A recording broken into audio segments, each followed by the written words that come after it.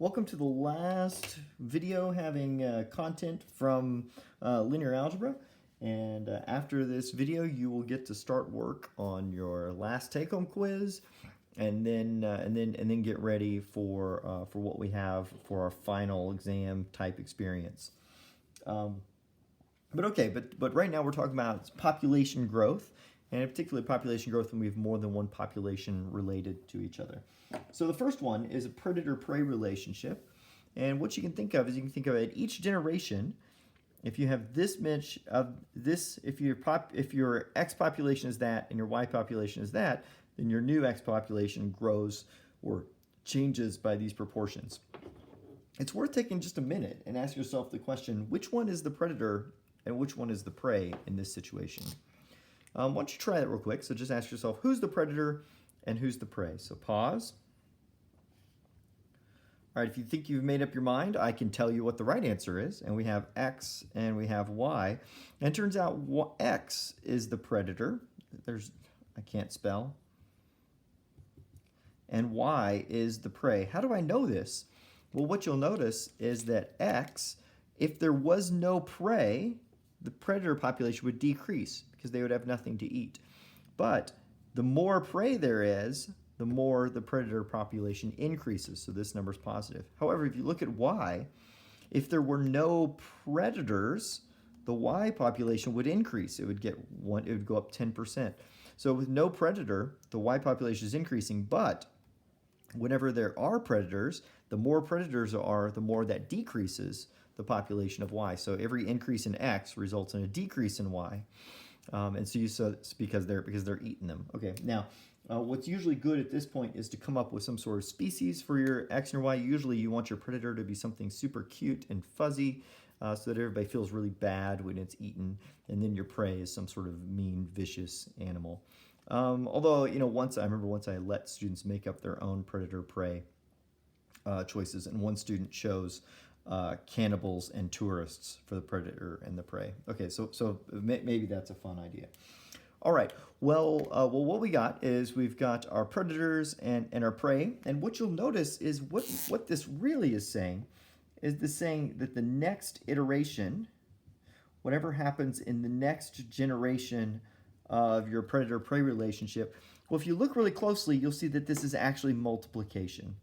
We're actually taking 0.6, 0.15, negative 0.5, and 1.1, and we're multiplying it by xk, yk. And you see, you do row by column, and that gives you the first equation, and row by column, and that gives you the second equation. So we can interpret this set of equations as a multiplication by a matrix.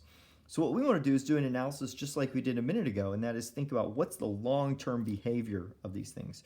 By the way, this problem kind of has close relationships with problems we do in differential equations, and differential equations either in the course or what we do in some of the differential equations in Calc 2. Sometimes we get into this.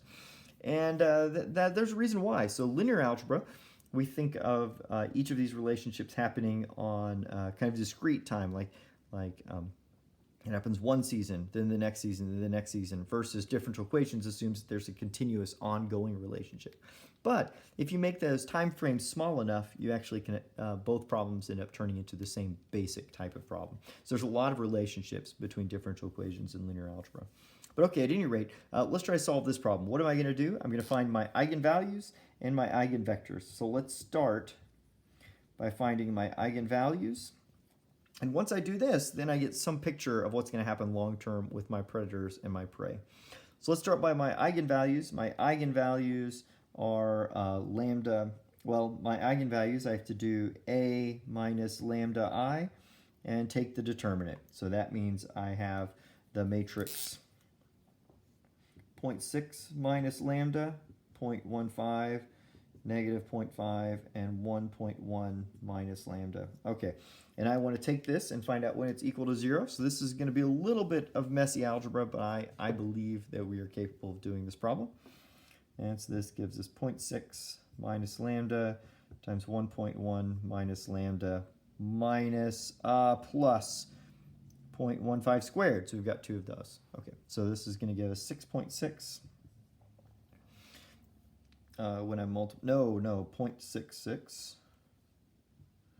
0.66 when I multiply those together, and then I'll have a minus 1.1 lambda minus 0.6 lambda plus lambda squared, and then I think 0.15 squared is 0.625. I think I believe that's, let's see, 15 squared is, no, that's not 625.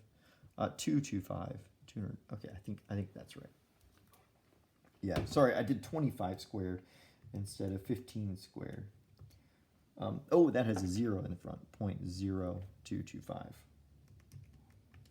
Make sure I get all these multiplications right. Okay, so now I'm able to put all this together, and we've got lambda squared minus 1.7 lambda plus 0.6825, and we want all this equal to 0. I could try factoring it. I think it actually might factor because these are kind of somewhat round, but let's not even try. Let's just put it straight into the quadratic formula. And so x equals negative b plus or minus the square root of b squared minus 4ac, a is 1, 0.6825, all over 2a. And so let's type this whole thing in. So I've got 1.7 squared minus 4 times 0.6825. And, oh, hey, look, so that ends up equaling 0.16. And then when I square root 0.16, I think I get 0.4. So, hey, that came out to be 0.4. So it did turn out to be factorable. All over 2. And so now we've got our two solutions. So lambda 1 is going to be 1.7 plus 0.4 divided by 2. And so it's going to be 1.05 for lambda 1.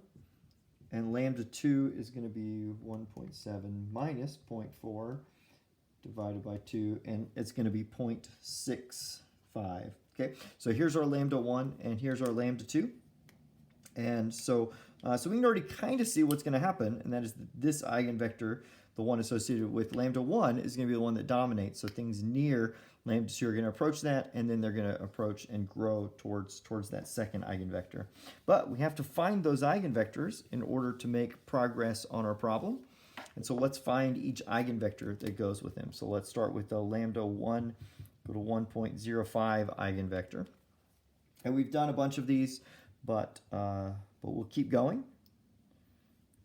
So now we'll get 0.6 minus 1.05.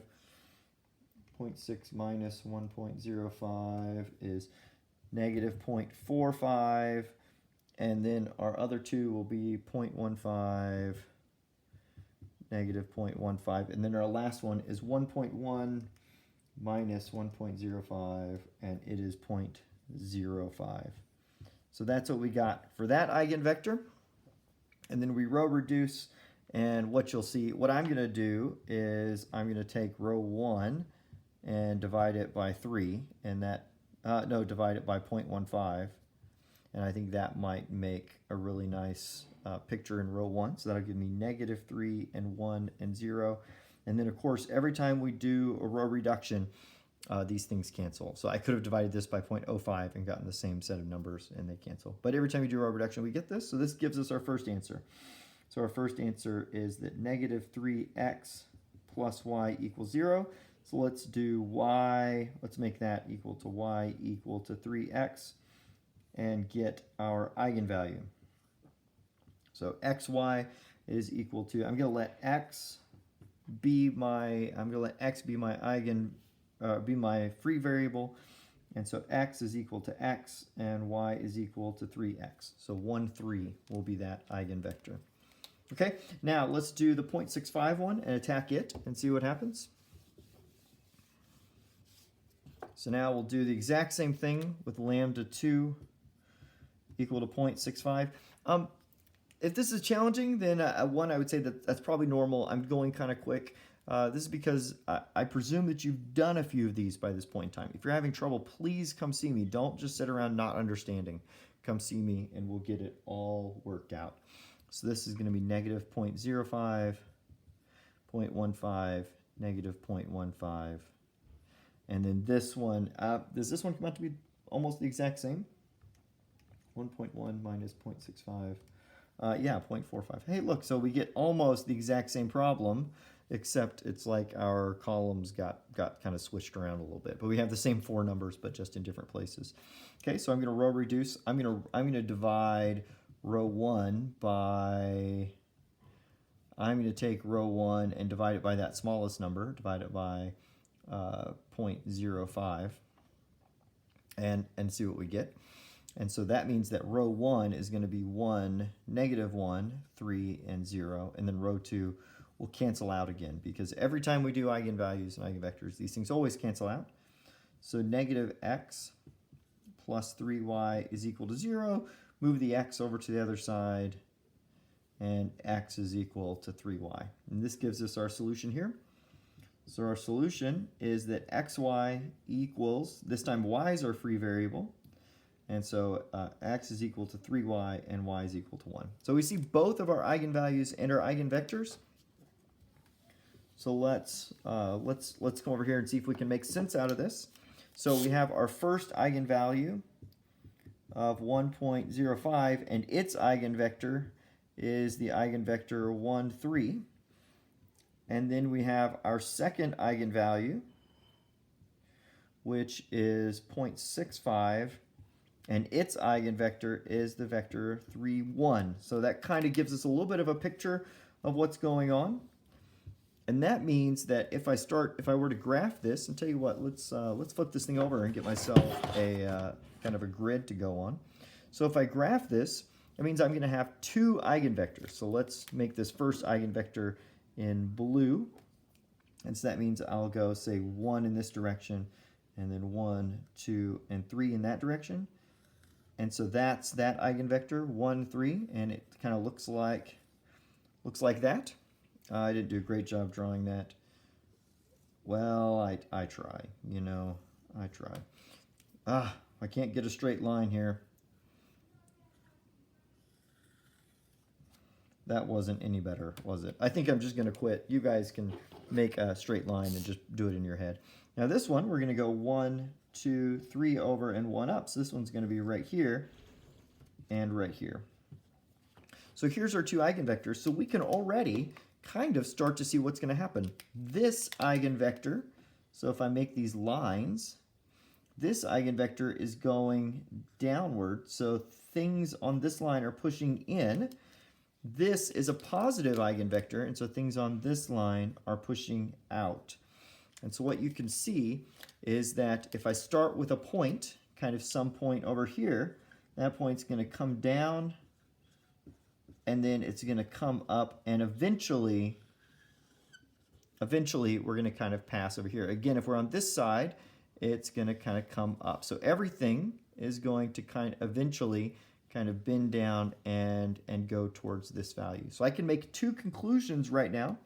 My conclusion number 1 is that long term,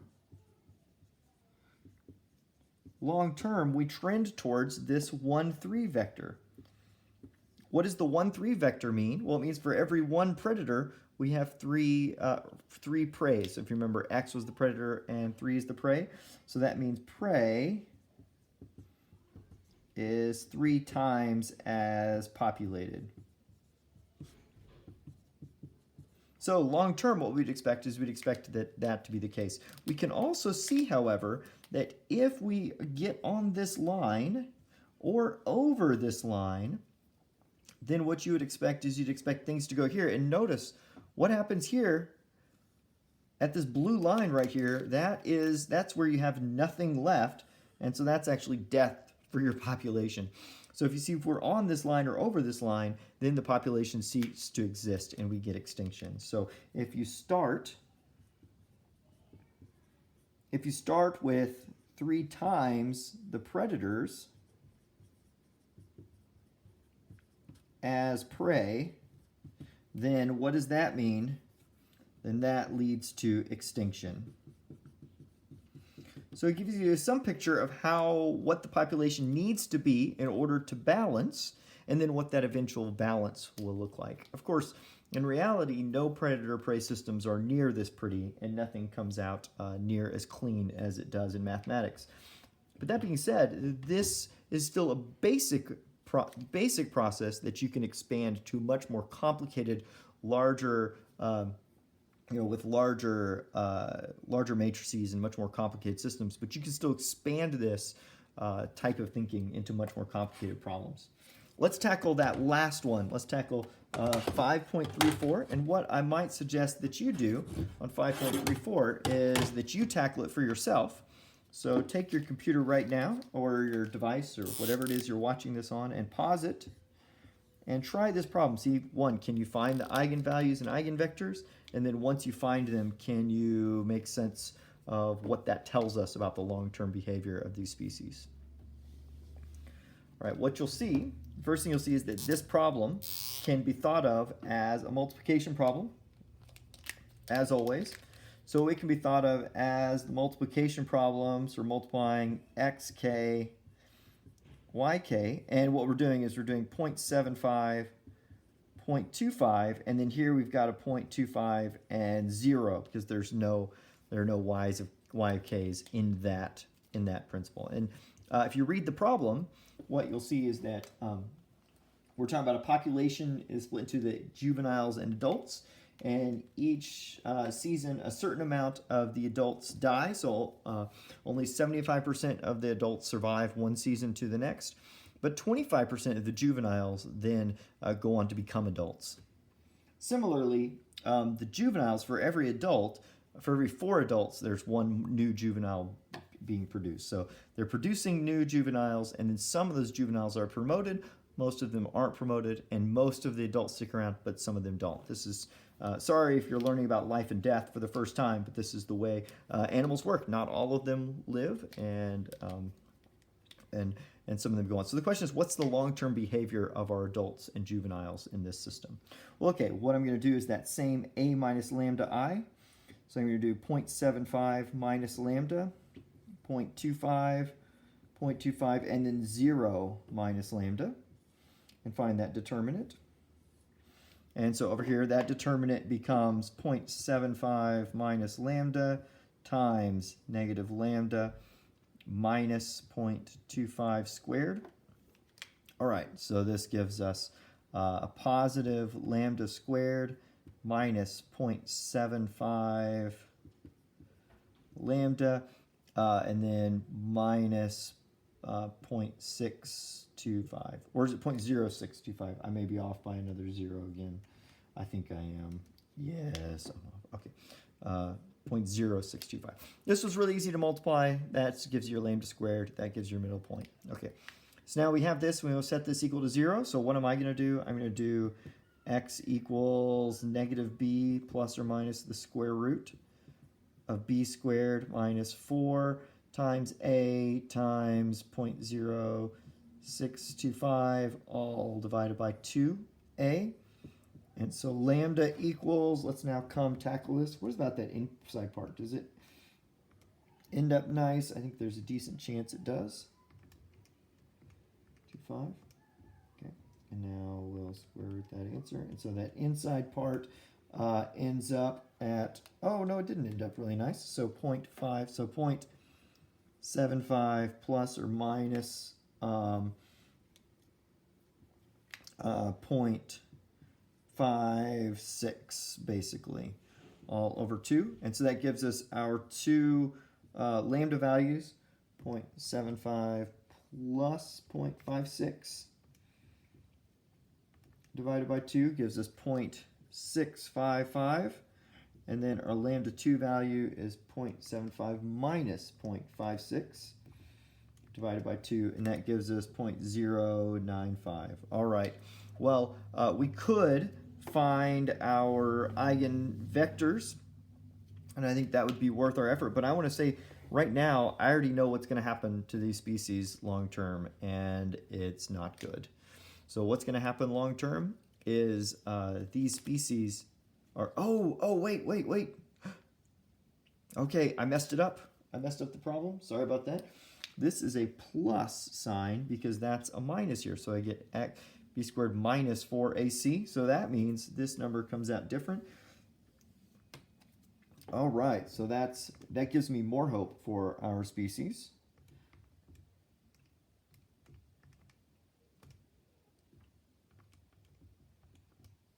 All right, so that makes this 0.90. Okay, which still might not be great, but let's see if that does better. 0.70 plus 0.90. Sorry, 0.75 plus 0.90. This is why I make you do it in class. I don't like doing this. So 0.825. Oh, and it's still bad news for our species. 0.75 minus 0.90 divided by 2. You end up getting a negative 0.075. So it's still bad news. Why is it bad news? It's bad news because both lambda values are smaller than 1. So whatever happens, I know that in the long run, I know that no matter where we start, in the long run, these species values are going to dwindle towards 0. They're always going to dwindle towards 0. So this species is well on its way towards extinction, towards not surviving. So what do we need? If you want to make your species survive, you need to probably increase your survival rate here, or you could increase one of these other numbers, and hopefully then you could come up with a species that would increase. And then you would find those eigenvalues, and then eigenvalue would tell you the long-term ratio of adults to juveniles as you go forward. I'm not going to find that. I'm going to end right here because this feels like a good place to end the semester. Let me just say I'm sad that we had to meet online. This linear algebra class was really one of the best ones I've ever had. You all did great on your exams, and you really were engaged in class, and I really enjoyed having you. And I'm sad that we had to end the semester here talking over the computer instead of in person. But I wish you all the best. Please come work on these problems. I'll have your tests up very soon. So work through those. Come see me as you have questions. I really want to see you be successful. So thank you and good luck.